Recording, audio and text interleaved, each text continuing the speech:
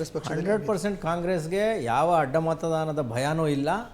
But D K Shivakumar ಅವರು ಮುಖ್ಯಮಂತ್ರಿ ಆಗಿದ್ದಾರೆ, ಶಾಸಕರನ್ನೆಲ್ಲ ಒಂದು ಖುಷಿ ಪಡಿಸಬೇಕು, ಅದಕ್ಕೋಸ್ಕರ ರೆಸಾರ್ಟ್ಗೆ ಏನೋ ಯಾವುದದು ವಂಡರ್ಲಾ ರೆಸಾರ್ಟ್ಗೆ ಕರ್ಕೊಂಡು ಹೋಗಿ ಕೂರಿಸಿದ್ದಾರೆ. ನನಗೆ ವಿಶೇಷ ಅನಿಸಿದ್ದು ಅಂತ ಹೇಳ್ತಾರೆ, ಯಾವುದೋ ಒಂದು ರೆಸಾರ್ಟಲ್ಲಿ ಕೂರಿಸ್ಕೊಂಡಿದ್ದಾರೆ ಸರ್, ಅದನ್ನ ಯಾಕೆ ನಾವು ಬ್ರ್ಯಾಂಡ್ ಮಾಡೋಕ್ಕೆ ಹೋಗೋಣ.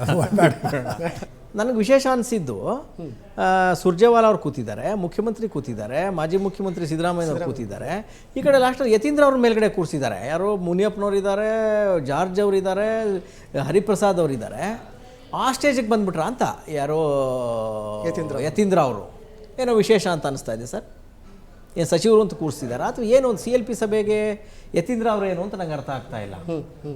ಈಗ ಈ ಮಾತಿನಲ್ಲೇ ಎಲ್ಲ ಅರ್ಥ ಇದೆ ಅಲ್ಲ ಸರ್. ಅಲ್ಲ ನೋಡಿ ನೋಡಿ, ದಿನೇಶ್ ಗುಂಡೂರಾವ್ ಇದ್ದಾರೆ, ಸೀನಿಯರ್ ಮೋಸ್ಟ್ ಮಿನಿಸ್ಟರ್. ನೀವು ಗುರುಸೋದು ಭಾರಿ ಸೂಕ್ಷ್ಮ ಕಣ್ಣುಗಳು ನೀವು. ಅಲ್ಲ ನೋಡಿ ಸರ್, ಅದು ನೋಡಿ ಸೀನಿಯರ್ ಮೋಸ್ಟ್ ಜಮೀರ್ ಕೆಳಗಡೆ ಕೂತಿದ್ದಾರೆ, ಕೆ ವೆಂಕಟೇಶ್ ಕೆಳಗಡೆ ಇದ್ದಾರೆ, ನಾಗೇಂದ್ರ ಕೆಳಗಡೆ ಇದ್ದಾರೆ, ಇನ್ನೂ ಘಟಾನುಘಟಿಗಳಿದ್ದಾರೆ, ಯಶವಂತರಾಯ್ ಪಾಟೀಲ್ ಇದ್ದಾರೆ, ಖಾದರ್ ಇವರು.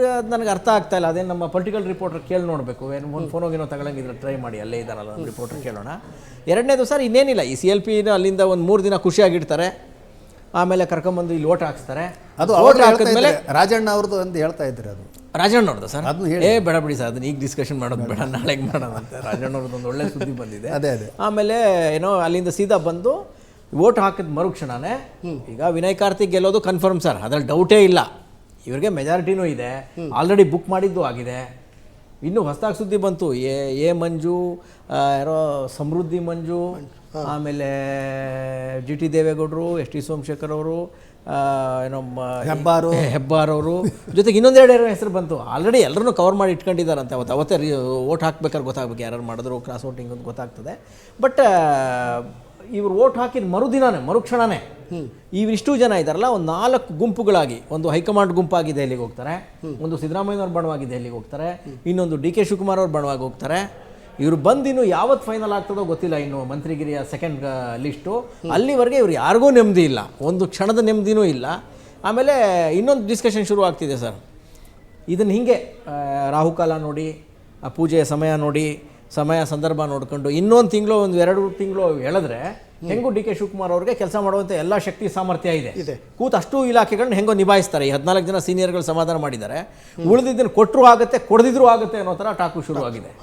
ಹಾಗಾಗಿ ಇದು ಈ CLPಯ ನಂತರ ಇವರು ಬಂದು ಎಷ್ಟು ಜನ ಎಲ್ಲಿಗೆ ಹೋಗ್ತಾರೆ, ಏನೋ ಡೆಲ್ಲಿಗೆ ಹೋಗ್ತಾರೆ, ವಾಪಸ್ ಬರ್ಬೇಕಾದ್ರೆ ಯಾರ್ಯಾರು ಲಿಸ್ಟ್ ಬರುತ್ತಾ, 10 ಜನದ್ದಾಗುತ್ತಾ, 20 ಜನದ್ದಾಗುತ್ತಾ ಗೊತ್ತಿಲ್ಲ. ಒಟ್ಟಾರೆಯಾಗಿ ಮುಖ್ಯಮಂತ್ರಿಗಳಿಗೆ ಈ ಅಷ್ಟೂ ಖಾತೆಗಳು ನಿಭಾಯಿಸೋ ಶಕ್ತಿ ಇದೆ. ಹಾಗಾಗಿ ಇದು ನಡ್ಕೊಂಡು ಹೋಗುತ್ತೆ ಸರ್. ಬಟ್ ಇದು ಭಾಳ ವಿಶೇಷ ಅಂತ ಅನಿಸ್ತಾ ಇದೆ ಸರ್ ನನಗೆ. ಏನೋ ಯತೀಂದ್ರ ಅವರು ಸ್ಟೇಜ್ ಮೇಲೆ ಕೂತಿರೋದು, ಮಾದೇವಪ್ಪನವ್ರ ಕೆಳಗಡೆ ಕೂತಿರೋದು, ಕೆ ವೆಂಕಟೇಶ್ ಅವ್ರ ಕೆಳಗಡೆ ಕೂತಿರೋದು, ಆಮೇಲೆ ಸುಮಾರು ಜನ ಬಂದಿಲ್ಲ, ಖಾಲಿ ಇದೆ.